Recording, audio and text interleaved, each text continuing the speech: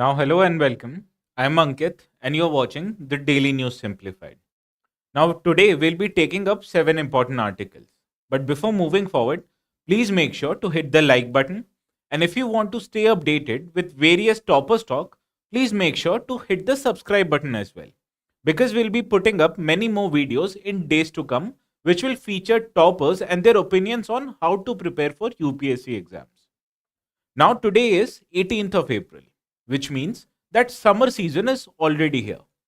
This summer season, especially in the northwest India, means the season of Chupti and Jalti Garmi. And in this weather, the heat is so high that the sun it literally sucks out even every iota of energy out of human body.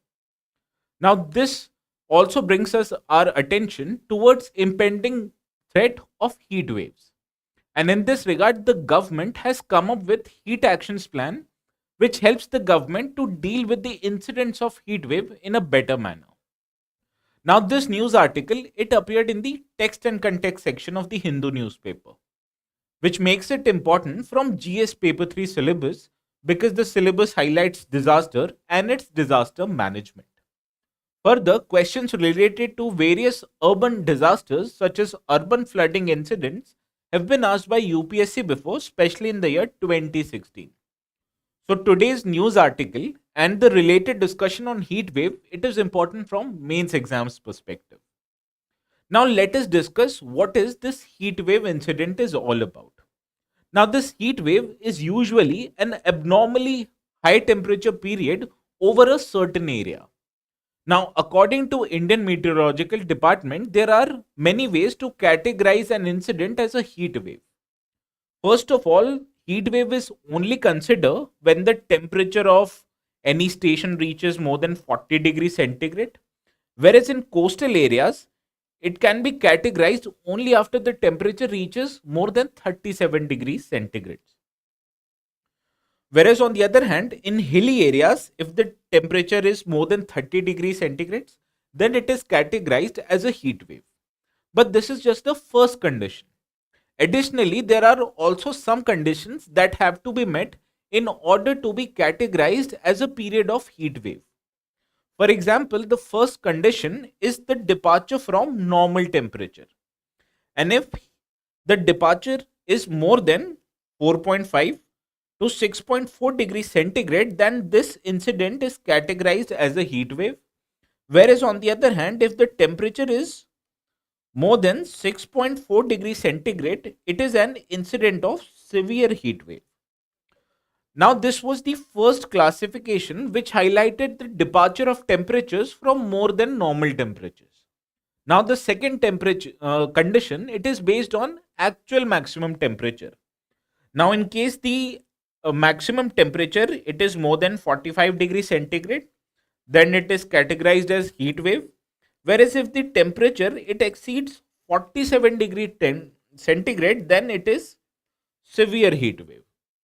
So this was the criteria based on which the Indian Meteorological Department highlights whether there's a period of heat wave or not. Let us understand what are the favorable conditions that brings heat wave to any particular area. The first condition is that there has to be an prevalence of hot air in the area, because hot air it increases the temperature of any particular area, thereby leading to heat wave. Further, there should also be absence of moisture, because first of all, presence of moisture it restricts increase in temperature. So naturally, absence of moisture will promote increase in temperature, thereby increasing the risk of heat wave incidents. Further, cloudlet sky, it means there will be more sun insolation over any particular area. So this also has a tendency to increase the temperature of any particular area. Further, whenever there's increase in temperature in any area, it leads to convergence of air, which leads to formation of cyclonic formations. This air, when it converges near the ground, the hot air then rises above the atmosphere, leading to precipitation, thereby reducing the temperatures in any area. But in case of anticyclonic formation, opposite happens. because air, instead of converging near the surface of the earth, it further diverges from any earth's surface, thereby bringing hot air into the earth's surface, thereby increasing the tendency of heat wave incidents.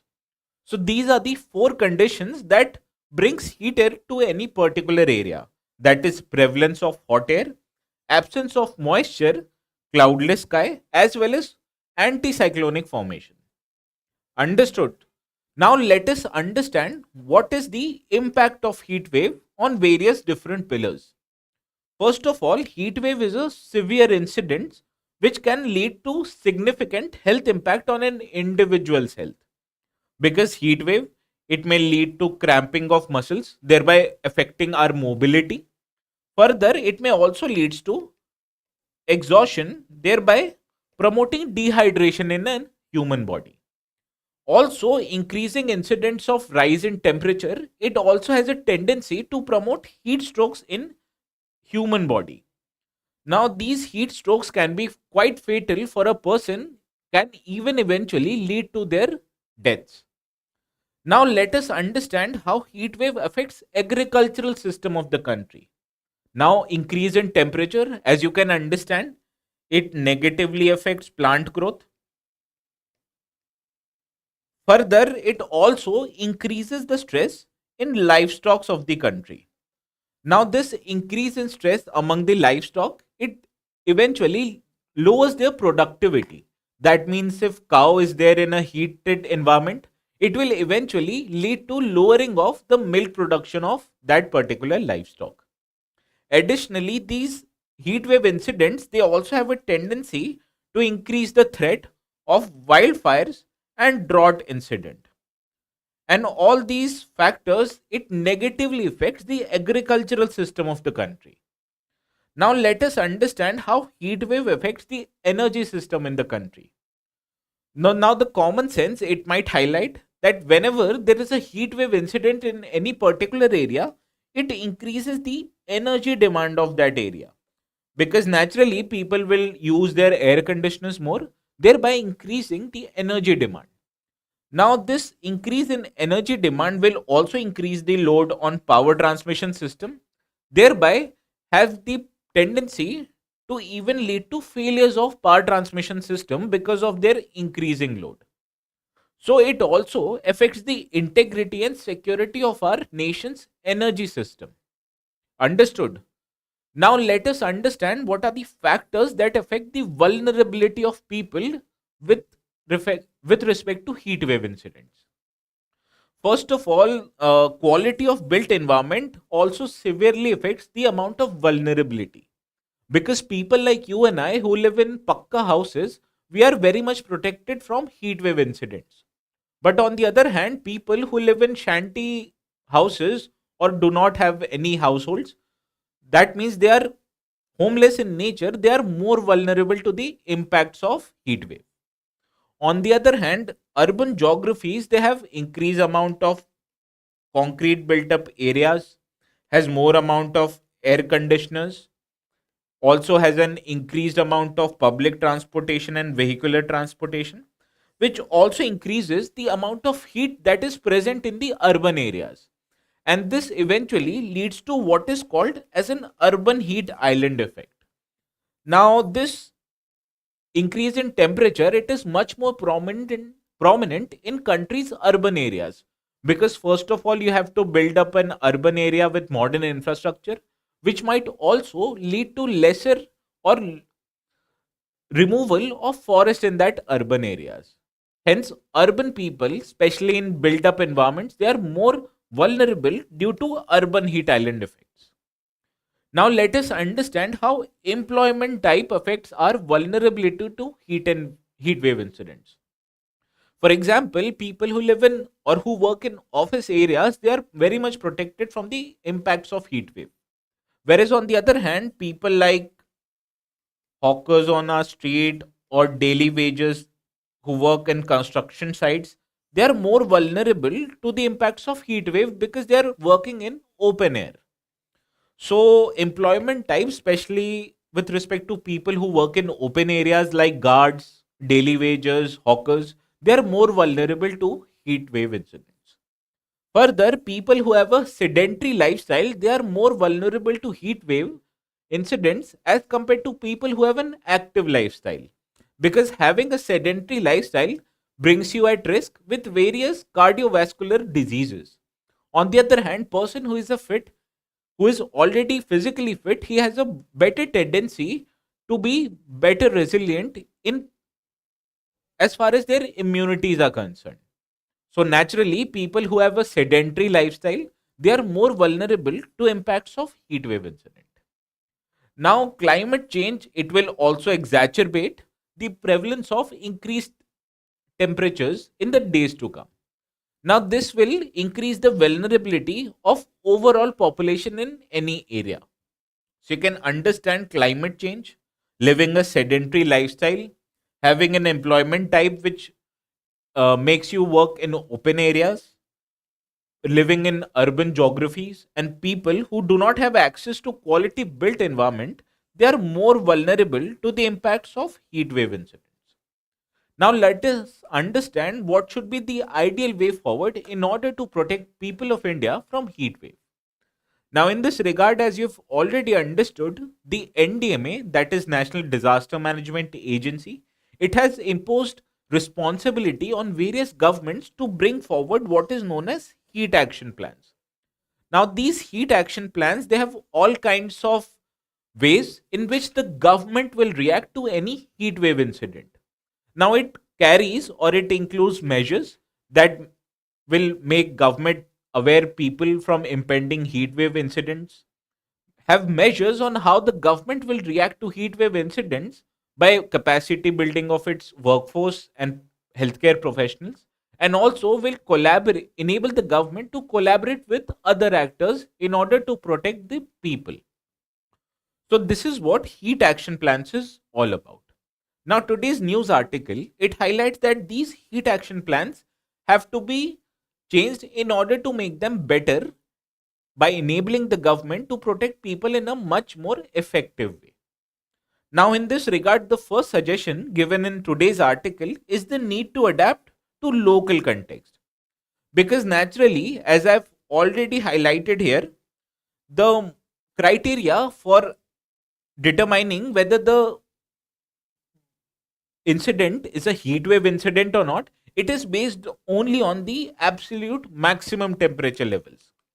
But on the other hand, as we have already understood, urban areas, they have what is called an urban heat island effect. Now this makes the air more humid in nature. Thereby, as you can understand, human nature, it promotes perspiration, thereby reducing the ability of a person to fight with heat wave incidents. So adapting to local context would mean that in addition to temperature levels, the government should also consider the humidity levels in particular area with respect to designation of heat wave incident. Now, second suggestion in this regard is the need to ensure consistent vulnerability assessments, because the vulnerability assessments done currently are much more inconsistent and sporadic in nature. While on the other hand, the vulnerability assessment, in order to be more effective, it needs to first ensure what kind of different areas are more vulnerable to heat wave incidents, what kind of exposure levels are there on persons, and also there is also a need to ensure hotspot mapping where more vulnerable areas need to be mapped separately. So this will enable the government to have a consistent vulnerability assessment throughout the entire area. Now, further, as we have already understood in our discussion, that certain employment types, especially with respect to people who are more socio-economically vulnerable, it brings them more at risk with heat wave incidents. And these are people who are poor and are employed in activities that force them to work in open areas such as hawkers, daily laborers, as well as household workers. Now, these workers, by virtue of their socioeconomic vulnerability, they have to work in outside areas. So, any measure or heat action plan, in addition to protecting persons who are poor, elderly, and children, should also consider the socioeconomic vulnerability of a person in order to designate them as a more vulnerable to heat wave incidents. Further, the heat action plans, in order to be implemented, they need budgetary support by the government.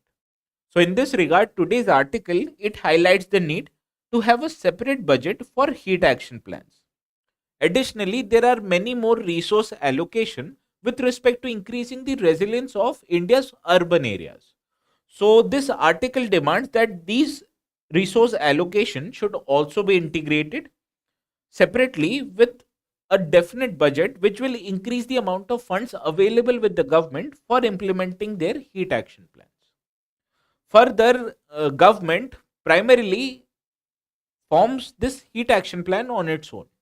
So today's article it highlights that there's a need to break down silos, which means the government on one hand should interact with civil society organizations on the other hand to increase the effectiveness of their heat action plan. Further, in order to reduce the risk, especially with that of urban environment, from heat wave incidents, there is an inherent need to inculcate what is known as nature based solutions. This means planting trees or restoration of water bodies, which will ensure that the urban areas in India they have lower heat urban heat effect or urban heat island effect. So, by implementing nature based solutions such as planting trees, restoring water bodies will reduce the risk of urban people to incidents of heat wave incidents. So, in the course of our today's discussion, we have already understood the short term measures, that is increasing awareness, as well as implementing long term measures such as nature based solution is an ideal way forward in order to protect the members of our society from heat wave incident. So, with this, we move to the second article of the day, and these are two articles which appeared both in the Hindu newspaper. Now, these articles they highlight the issue that is vigilante violence. Now, this vigilante violence, which means a person who takes law and order in his own hands, it is important from two papers and their perspectives. First of all is GS paper 2, which highlights important aspect of governance, as well as GS paper 4, that is ethics paper. Because ethics paper it highlights ethics and human interface, especially with regards to essence, determinants and consequences of ethics in human action. Further, questions related to mob violence, which is a related topic, has been asked by UPSC before, especially in the year 2015. And as you can see, this case study is about a violent mob and how a candidate should deal with certain case studies. So, in the course of our today's discussion on mob lynching and vigilantism, we'll discuss various ethical issues involved. Now, as I understand, most of you must have heard about and majorly people have seen the movie Batman. Because in this movie, a billionaire, that is Bruce Wayne, he utilizes or he is frustrated from the law and order system of the city of Gotham. So he takes the matter in his own hands and utilizes his time by beating the criminals down to bare pulp. Now, this example is an example of vigilante justice. Because, first of all, the person, that is Bruce Wayne, is taking the matter in his own hands and is delivering justice, which is his perceived justice, by beating down the criminals. So, this is an example of vigilante justice. Now, if this vigilante justice, for example, it happens in any society, it has several consequences. So, let us understand first what are the cause and consequences that may lead to vigilante justice in general. Now, first of all, as we understand that India's legal system is somewhat inefficient in nature. Because according to latest data, there is as many as 5 crore cases pending in India's judiciary. Now, this creates a perceived notion that any person, if he or she were to approach the court, then that person will be subjected to various delays in their hearing of their related grievances. So, this highlights inefficiencies in India's legal system. So, this inefficiency it discourages persons from approaching the courts for their day to day grievances. On the other hand, there are some section of the people who perceive that the law enforcement system in the country it is not trustful, because these communities, especially the marginalized communities, they feel that law and order system, that is police system, they do not are or they are not responsive to their grievances. While on the other hand, some people they also feel that police system it is also complicit in discharging of criminal activities. So this leads to low trust in India's law enforcement system. Now, when inefficiencies in legal system it is combined with low trust in country's law enforcement, it leads to various issues related to delivery of justice. Further, as I've already highlighted, there are some sections in the Indian society which are socially and economically deprived in nature. Now these people they feel that the police system they are not responsive, and the country's legal system they do not pay attention to the grievances of the people who belong to vulnerable section in the society. Now when these people they are subjected to political manipulation by politicians based on their short term greed, it leads to a perceived notion that the people who are from socioeconomic disparaged community, they feel that there is a threat to their cultural identity. So in order to protect their cultural identity, these very people they take the matter in their own hands. Now when a section of people they take the matter in their own hands as against the judiciary system, it leads to breakdown in country's law and order situation. Now, this is a brief of what causes and what is the consequence of a vigilante justice system. Now, let us understand what are the ethical issues involved with vigilante justice system. First of all, in India, there is a prevalent system of rule of law, because there is a certain section of law, and when you violate these very laws, it leads to or it brings you at risk of punishment from country's law and order situation. Now, who imposes punishment on errant individuals? Whether you and I can punish individuals? The answer is no. And these individuals who commit any crime, they are punished by the legal system of the country. Now, this is what rule of law is all about. But whenever a section of person they take matter in their own hands and they decide to impose punishment on any criminal, it erodes the system of rule of law in the country. Further, these punishments given by you and I or individual citizens can be arbitrary in nature, because government it has a certain sections of legal code which imposes a proportionate type of punishment on any crime in nature. Whereas on the other hand, people when they impose punishment, it can be arbitrary in nature, which in a way will violate an individual's constitutional as well as legal rights. Because first of all, Article 21 of the Indian Constitution, it promises that every citizen should have a right to life and liberty. Whereas on the other hand, Article 14, it makes every people equal in the eyes of law, which means a person is equal in the eyes of law, and it is also subjected to equal protection of laws. Now, whenever a section of people they are punishing an individual of any crime, it violates their right to Article 14 as well as Article 21 of the Constitution. Additionally, every person, by the virtue of being human, they are given certain kind of rights which are known as human rights. Now, this human right, it includes right to life, right to live with respect, and whenever an individual is punished by a group of people, it also violates their human rights in general.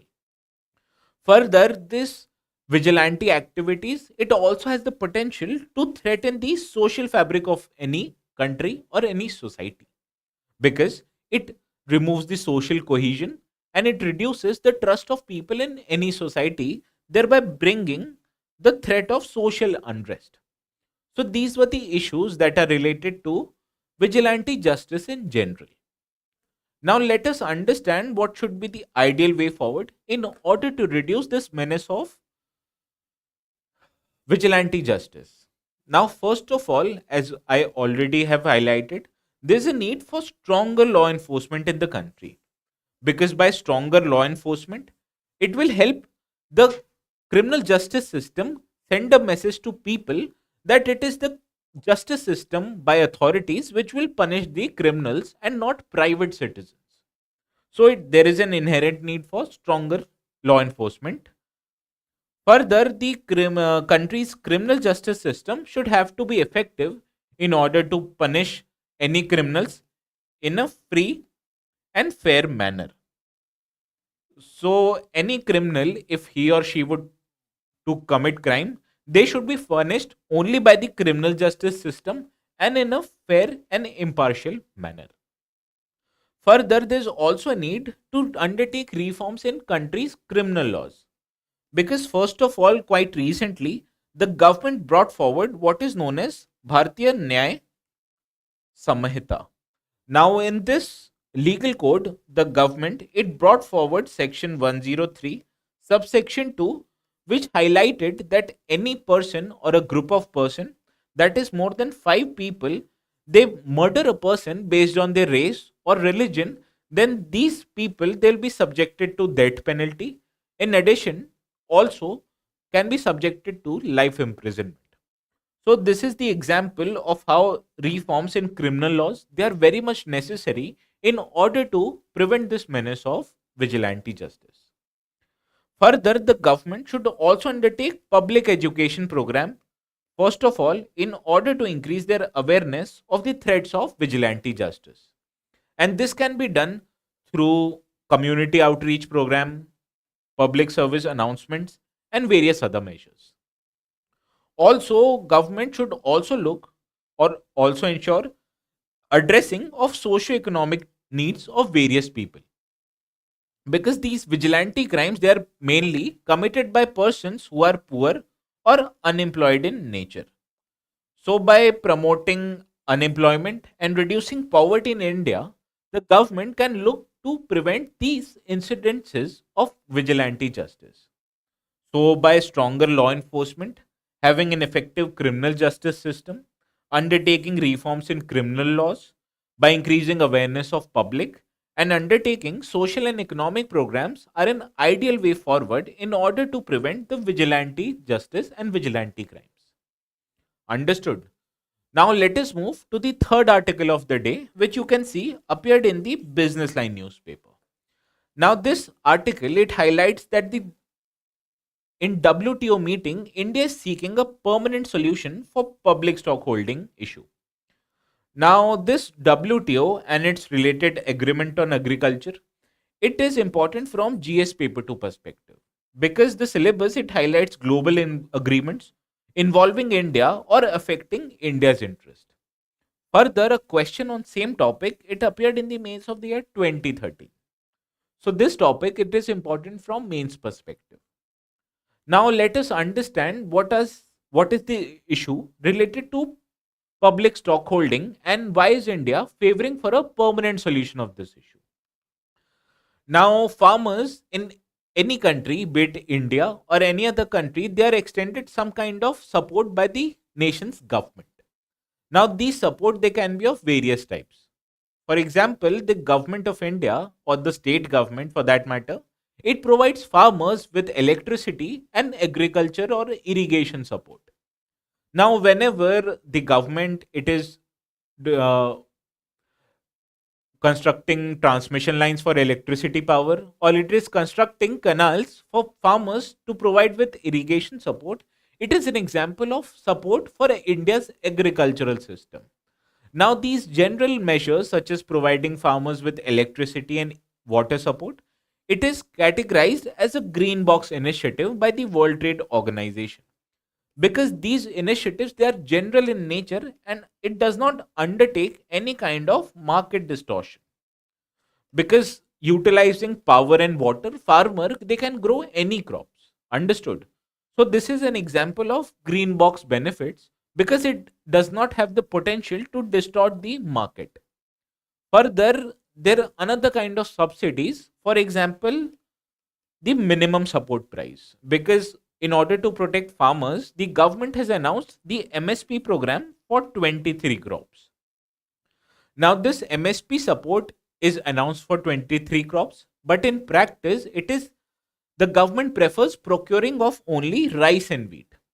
So this initiative, which encourages farmers to grow mostly rice and wheat, it is market distorting in nature because government on one hand is discriminating rice and wheat with other agricultural commodities. So these are categorized as an amber box subsidies because these are have the potential to distort the markets. While subsidies which have the potential to distort market, but it also requires farmers to limit their production. These are terms as blue box subsidies. Now, according to WTO, any government can extend these green box and blue box subsidies without any restrictions. But on the other hand, in order to ensure free trade of agricultural commodities, the WTO it has imposed certain restrictions on how much amount of amber box subsidies should the government offer to their farmers. Now, in this is called de minimis limits. Now, it distinguishes between developed nations on one hand and developing nations on the other hand. First of all, with respect to developed countries, the de minimis requirements it imposes restrictions that developed countries they can only offer subsidies to farmers based on 5% of the value of their total agricultural production.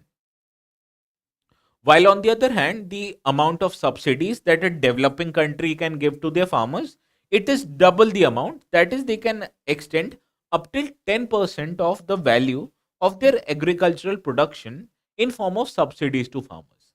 But there's also a catch in this regard. Because the value that is 5 and 10%, they are calculated using not the production value of current times, but the production values of 1986 to 88 levels. So you can understand that India or any developing countries which has witnessed increase in population, it has also has seen an commensurate increase in production of agricultural commodities. So if the government, for example, India, it is restricted to provide subsidies of only 10% based on a value which is almost 30 years before, it leads to distortion in trade subsidies. So this is an example of how the WTO agreement on agriculture it is unfair for developing countries in general. So in this regard, there has been issue that developed countries they feel that the price support schemes such as MSP they are market distorting in nature. Hence, there should be certain kind of restrictions on implementation of these schemes. But on the other hand, developing countries, especially India, it feels that this restrictions it is unfair on any country because first of all, as I've already highlighted, this 10% which was given based on the value of 1986 to 88, it is quite less as far as India's current agricultural production is concerned. Now it also feels that developed countries it is extending other benefits to farmers which gives them the liberty to extend 5% of already a large number of benefits. So in this regard, India is of the opinion that WTO first should increase the de minimis limit in order to enable India to extend more benefits to its farmers. On the other hand, India also feels that there is a need to amend formula which is used to calculate price support subsidies. So this is the issue that is there between developed and developing countries in general. Now this issue is ongoing and this has been a bone of contention between India on one hand and developed countries on the another. So in order to prevent this dispute from happening, WTO in its Bali meeting it brought forward what is known as peace clause.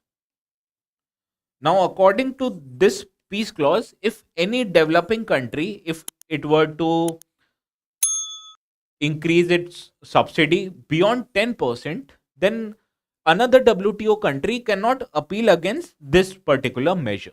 So, this is what peace clause is all about, and this is just a temporary measure until a permanent solution is achieved. Now, India, it is demanding that permanent solution will only be achieved if the WTO will increase the de minimis limit and will also amend the formula for calculation of price support subsidies. Now let us understand why India wants a permanent solution in first place. Because as you can understand, India has witnessed an increase in population in recent times. So naturally, to feed its population, India requires large amount of food grains. So in order to encourage farmers to grow more and more food grains, the government is looking to provide them with higher amount of subsidies. Also, if farmers were to grow certain crops, it makes them vulnerable to market fluctuations. So the government, it protects these farmers through what is known as minimum support prices. Because whatever crop, that is the crops that have for which MSPs have been announced, if the farmers they bring these crops to government, then the government assures them of certain minimum price. So this is done in order to protect the vulnerable farmers of India. Further, India's population, as you can understand, is quite high. So it is necessary for the government to provide India's population with adequate amount of food security. And the government does through this through public distribution schemes where any beneficiary can obtain free ration through their ration cards. So this public distribution system, it ensures that government first of all has an increased stock of food grains which government procures through this MSP policy.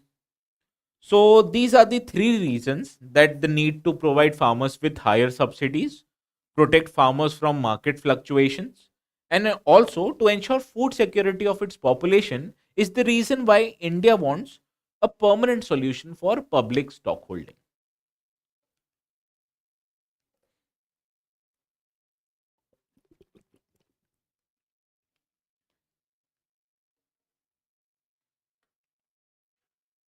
Now let us move to the next set of articles, the first of which you can see appeared in the Hindu newspaper.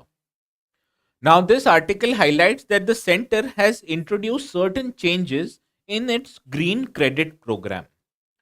Now, a related topic, that is carbon credits, was asked in the prelims of the year 2011. Further, government has is undertaking currently many measures in order to promote the green energy and conserving its environment in general. Now, these measures are undertaken under GS Paper 3 syllabus, which makes this topic important, especially from prelims point of view. Now, before solving the practice question, let us understand what are these green credits. Now, these green credit system, it is brought forward by Ministry of Environment, Forest and Climate Change, and it is a kind of environmental reward. Now, these rewards they are extended in case of positive environmental actions taken by the stakeholders. Now, the green credits they are given to entities who participate in tree plantation initiatives under the country's green credit program. Now, this administration of this green credit program is done by the Indian Council for Forestry Research and Education. Now, this body it serves as GCP administrator because it not just implements but it also manages and monitors the implementation of the scheme. Now, in this scheme, the benefits are extended after 2 years of planting of trees, and it is followed by evaluation, which is done by the ICFRE itself. Now, for every tree planted by the stakeholders, they are given one green credit. Further, it is the State Forest Department which will be responsible for ensuring the completion of plantation project within the period of 2 years. Understood? So, based on this information, let us now solve the practice question. Consider the following statements regarding the Green Credit Program. First statement, it has been launched by Ministry of New and Renewable Energy. Now, this statement is incorrect because it is launched by Ministry of Environment, Forest and Climate Change. Now, the National Board of Wildlife is the implementing authority of this program. Again, it is an incorrect statement because it is Indian Council for Forestry Research and Education and not National Board of Wildlife. Now, the third statement, it states that group of 10 trees, they are allocated as one credit, which again is an incorrect statement because one tree means one credit. Now, as all these three statements are incorrect, thereby option D is the right answer to this practice question. Now, with this, we move to the second set of articles which appeared on both the Hindu and the Indian Express. Now, this news article it highlights that UNCTAD, that is United Nations Trade and Development Body, it has projected that India's economy would grow at 6.5% in the year of 2024. Now, this body, that is UNCTAD, it is important from prelims perspective because you can see in the prelims of the year 2022, a question appeared on United Nations General Assembly.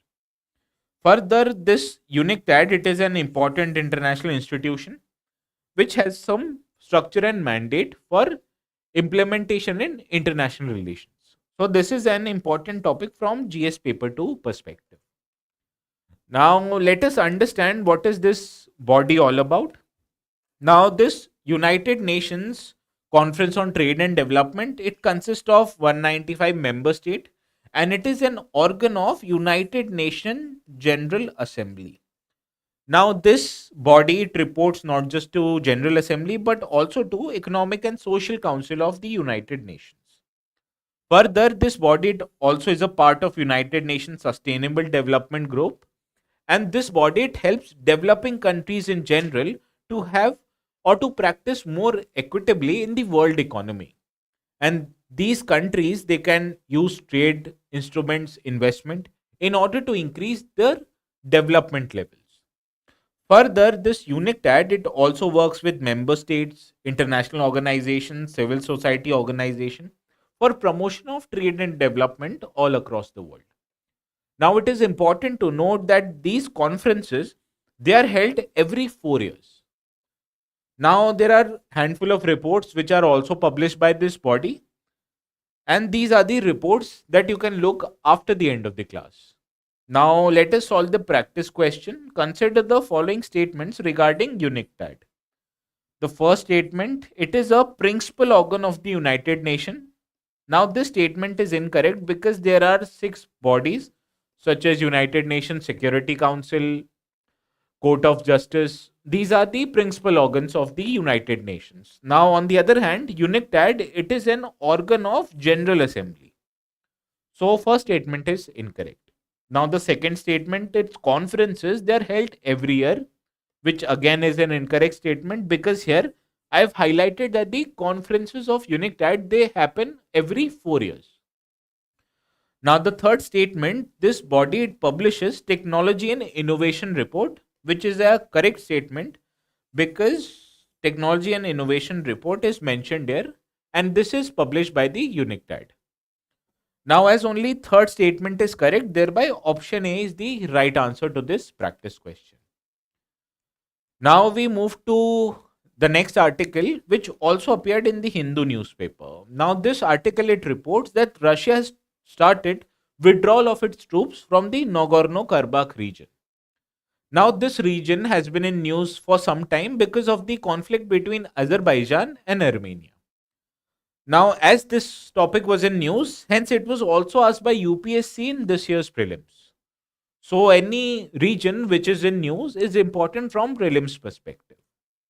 Now, let us also revise about this Nagorno-Karabakh region. Now, this Nagorno-Karabakh region, as you can see, it is within the boundaries of Azerbaijan. Now, previously, this region was inhabited by people of Armenia, but after the aggression of Azerbaijan, people who were natives of Armenia, they have started to leave this area and they've started to move towards Armenian territories. Now, this was in news. So, let us consider the following pairs. Region often seen in news, and we have to match these regions with their respective locations. Understood?